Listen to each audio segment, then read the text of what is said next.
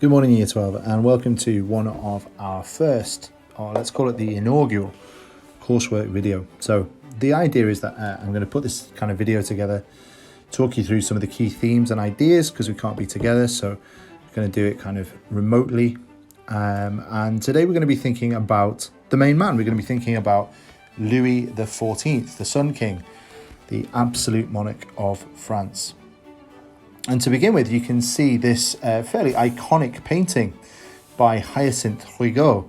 It's probably the most recognisable of the many hundreds of portraits that Louis had commissioned during his lifetime. You can see it encapsulates a strong and confident sovereign who was adorned by all the trappings of 17th century monarchy. No expenses spared in this ostentatious depiction of royal authority. The infusion of the Baroque with classical elements serves to link Louis to the classical antiquity of imperial Rome and informs the viewer of the Sun King's absolute power. He's a warrior monarch, as evidenced by the visibility of his sword, whilst he carries his sceptre to remind his people that true sovereign power resides in his person and in his person alone. His height is elevated by his delicate high-heeled shoes, and his prominent calves remind the audience of his prowess as a ballet dancer. He is a true master of the arts. His luscious hair, here you can see, suggests a youthfulness and a vigour that is a little disingenuous, considering that Louis was around 64 years old and in reasonably poor health when this painting was first commissioned. Louis's royal regalia, all fleur-de-lis and ermine fur, is opulent in the extreme, whilst his regal pose is assertive and confident. He's the master of all he surveys. In sum, Louis XIV is a divine right absolutist. But what do we mean by the term divine right absolutism? And why was it such an appropriate form of monarchy in the 17th century? As with all catch-all terms and historical labels, the term absolutism has been used and abused for generations, sparking debate amongst historians as to what exactly constitutes absolutist monarchy. Furthermore, even when one settles on a theoretical definition, there is further debate as to whether or not any mere mortal could aspire to such an elevated form of authority, when one considers the natural limitations of the early modern period. Indeed, Nicholas Henshaw has successfully built a career in puncturing the myth of absolutism, arguing that whilst many have aspired to wield such power, none have, in reality, been able to truly attain or exercise it. However, Richard Wilkinson argues that Louis XIV established a formidable reputation as a masterful ruler, and that he should be considered as the classic example of what constitutes absolutism in this period. In the popular mindset, absolute monarchy relates to an authoritarian form of monarchy that recognised no earthly limitations on its power. Sovereign authority resided in the person of the king alone, who'd been ordained by God as his lieutenant on earth, to rule without subordination to any earthly authority, whether that be the Paris Parlement or the Pope in Rome. Louis was not required to consult his people when formulating policy, and neither was he expected to justify his exercise of authority or to accept any criticism of his decisions. But associations with 20th century dictators are, however, lazy and wide of the mark, possibly because a 17th century monarch could never be expected to maintain the same level of control and repression over his people as a Mussolini or a Hitler could. He lacked repressive institutions such as a secret police, and he didn't have the luxury of a professional civil service at his command. Furthermore, Louis was all too aware that, with great power comes great responsibility, and that he had a Christian duty to respect the moral conventions of the age.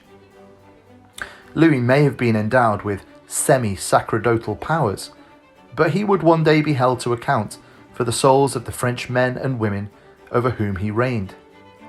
This religious edge was really important. He was expected to uphold the tradition of the Roman Catholic Church and the Judeo-Christian heritage of the state. Louis couldn't execute his subjects on a royal whim, nor could he engage in political assassination.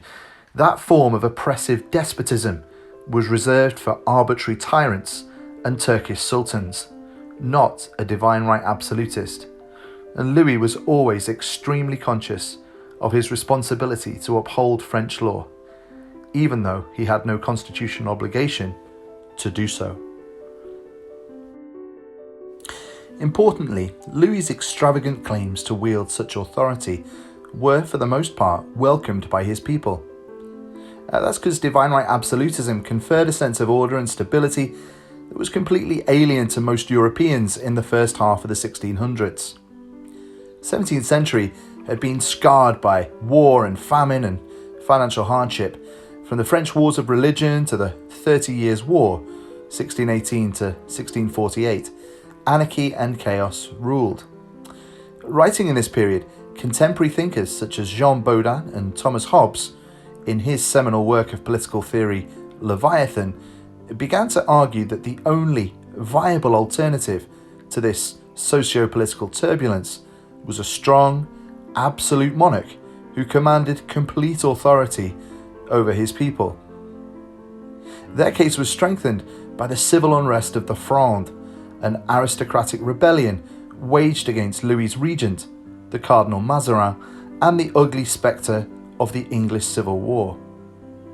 Indeed, the Fronde undoubtedly had a formative effect on the young king.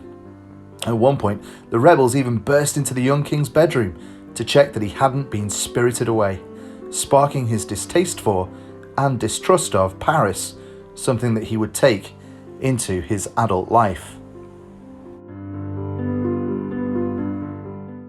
It wasn't merely the political theorists, however, who sought to construct a case for absolute power. 17th century France was a creedal age, and Louis's confessor, a man called Jacques Bossuet, recognised the potential to use scripture to justify royal authority. Thus, armed with carefully selected verses from the Bible, Bossuet constructed a rationale for absolutist kingship that was accepted by the people of France. Acting as God's representative on earth, Louis could exercise policy safe in the knowledge that any opposition to royal authority was tantamount to challenging God himself and could be construed as a form of blasphemy or even heresy. Whereas treason carried the death penalty, defying the will of God carried eternal consequences. Thus, between them, Bossuet, Bodin and Hobbes were able to elevate royal authority to something approaching the quasi-divine, and it was this that was infinitely more preferable to the collapse in royal authority that they'd witnessed in England, which had resulted in the horrifying execution of Charles I at the hands of his own people. For the most part, the nobility acquiesced, tired of war and factional intrigue. Such a prolonged period of unrest had been bad for business, and so they looked to the young Louis XIV to provide the type of social, political and economic stability that France had so long been denied. Thus we can say that Louis XIV's claim to absolute power emerged organically from the agonies of the 17th century, and that his claim to rule through the divine right of kings was entirely consistent with the prevailing zeitgeist. Louis XIV didn't disappoint and wasted little time in asserting his absolute authority. On the death of Mazarin in 1661, Louis was expected to appoint a leading courtier to become his principal minister, and most supposed that the honour of such an elevated position would be awarded to Nicolas Fouquet. Louis, however, confounded expectations and instead announced to the expectant court that he had taken the decision to be his own chief minister. Monsieur, I have called you together with my secretaries and ministers of the state to tell you that up to this moment I have been pleased to entrust the government of my affairs to the late cardinal. It's now time that I govern them myself. You will assist me with your counsels when I ask for them, outside of the regular business of justice, which I do not intend to change. Monsieur the Chancellor, I request and order you to seal no orders except by my command, or after having discussed them with me, or at least not unless a secretary brings them to you on my behalf. And you, messieurs, my secretaries of state, I order you not to sign anything, not even a passport, without my command, to render account for me personally each day, and to favour no one." Ordinarily, kings were expected to reign, but the act of day-to-day ruling would be delegated to his subordinates. As the embodiment of the state, however, Louis believed he had a moral obligation to tend to the affairs of his state, not least because he firmly believed that sovereignty resided in his person, and his person alone. This was raw, activist kingship, and to his immense credit, Louis stuck to his word. And although he lent heavily on ministers such as Colbert, Letellier and Louvois throughout his life, he remained the arbiter of governmental policy up until his death in 1715. His enthusiasm for the métier de roi, the business of kingship, never waned, and whether it was determining the direction of the French church, readying his armies for war, or engaging in international diplomacy, nobody was left in any doubt as to who was responsible for crafting royal policy.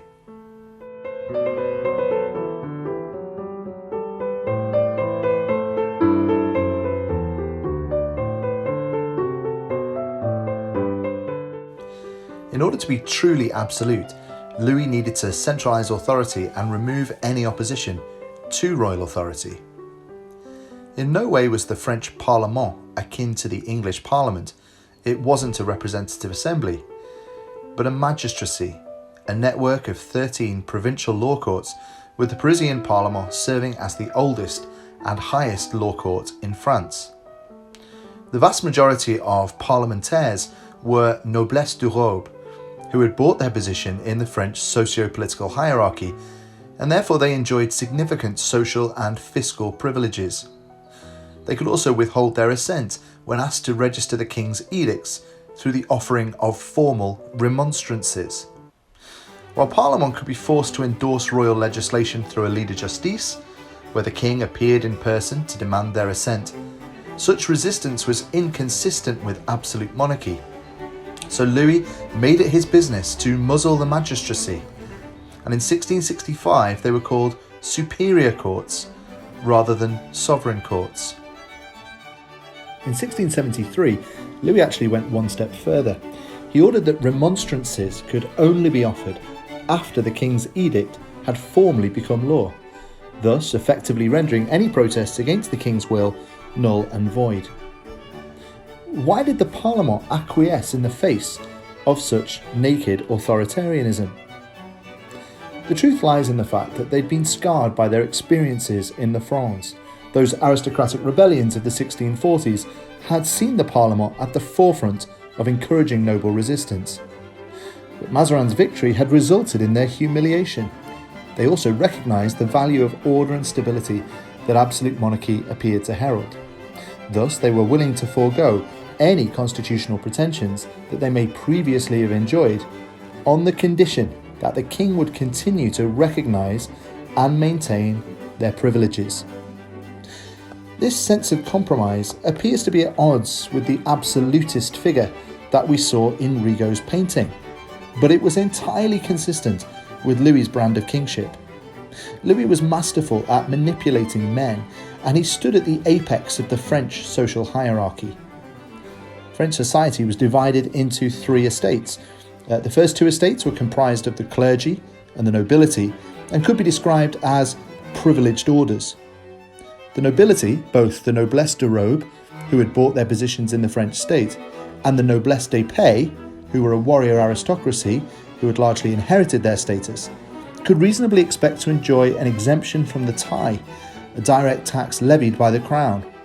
The Roman Catholic Church in France enjoyed a similar exemption from direct taxation, perhaps in return for the spiritual services and sacraments they offered to the nation. These privileged orders did pay indirect taxation, such as the gabelle, which was a tax on salt, and the church paid an annual lump sum to the crown, known as the don gratuit. But it's fair to say that the tax burden fell disproportionately upon the third estate. In effect, Louis had bought the cooperation of the nobility and the church. They were willing to forfeit any political ambition because of the rewards on offer. And nowhere was this craven and self-serving arrangement played out more effectively than at the glorious Baroque palace at Versailles. Originally Louis's hunting lodge, or Louis XIII's hunting lodge I should say, on the outskirts of Paris, it was not a propitious site for a royal palace, not least because of the marshy bog on which it sat. Louis's distaste for the French capital was an open secret and probably stemmed from his childhood memories of the France. Thus, in 1682, he moved the entirety of the French court to Versailles. David Ogg refers to its barbaric splendour, and it was certainly designed to act as a physical manifestation of the king's innate glory. It's unlikely that Louis ever actually claimed that l'état c'est moi, the state it is me, but it's not hard to see why such an apocryphal phrase has so long been attributed to him. No expense was spared in self-consciously showcasing the king's majesty. From the ornate statues to the vivid frescoes, everything was designed to reflect Louis's absolute power. Under the direction of Jean-Baptiste Colbert, all the greatest artists, musicians, authors, sculptors, poets, and playwrights were commissioned to construct an elaborate image of Louis XIV's unrivaled power. Throughout the palace, he is variously depicted as Augustus and Charlemagne, as Alexander the Great, to Olympian deities Neptune, Hercules, and of course, to Apollo, the god of the sun. This syncretism with classical mythology was no accident.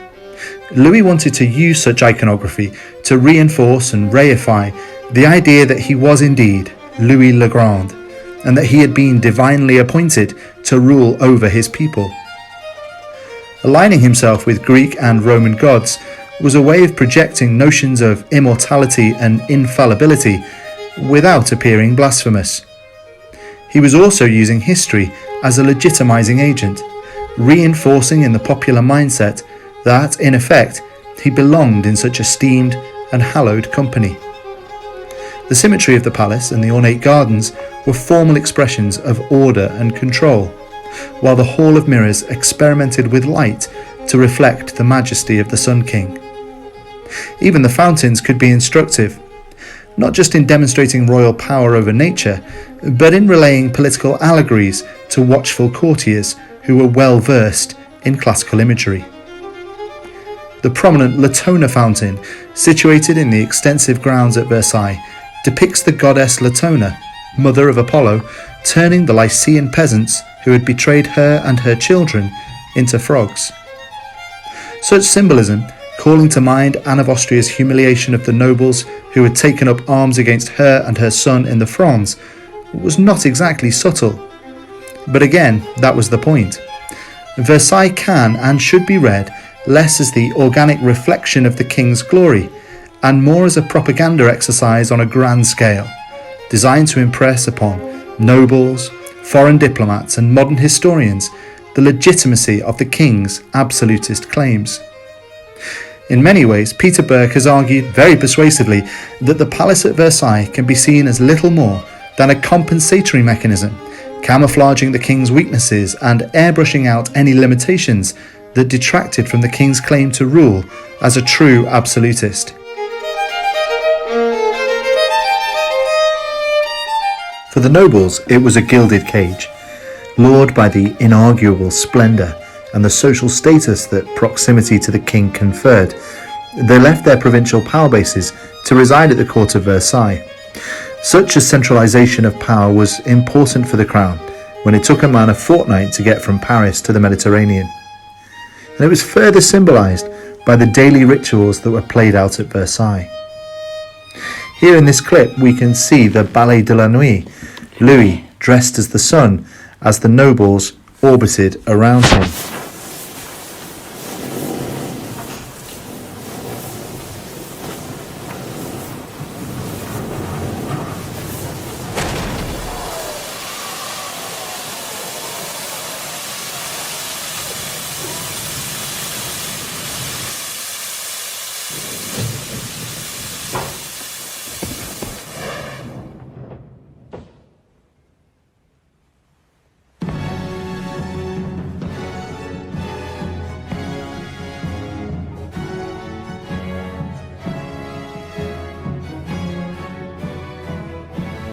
que monte la lueur de l'astre, qu'aura l'aube de son feu. Déjà, l'honneur suit sa lumineuse trace. Regardez, c'est le prince de Conti. Il est donc entré en grâce? Le roi l'a repris en laisse, oui. Vous voyez comme il file d'eau.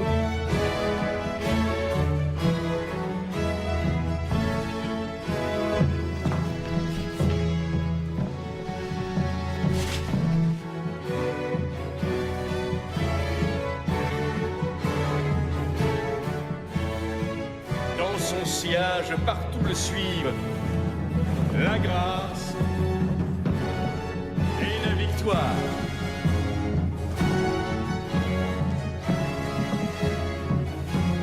Pardieu, mais c'est toute la jeune fronde qu'il fait danser.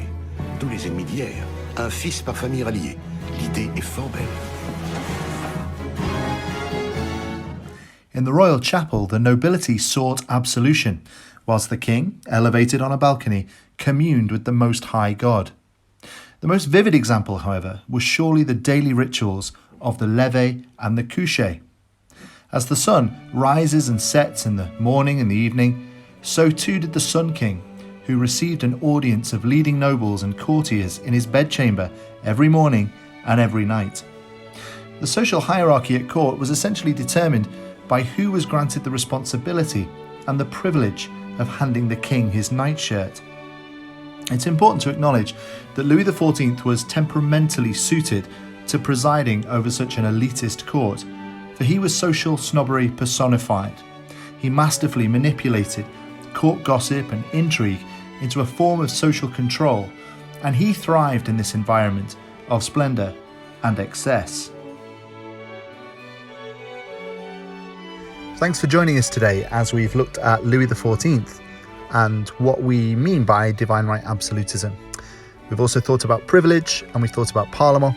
Next time, we're going to be thinking about Louis's foreign policy. We're going to look at what he did in terms of religion, and we're going to think about what he left his successors to inherit when he died in 1715. Join us again, and thanks for listening.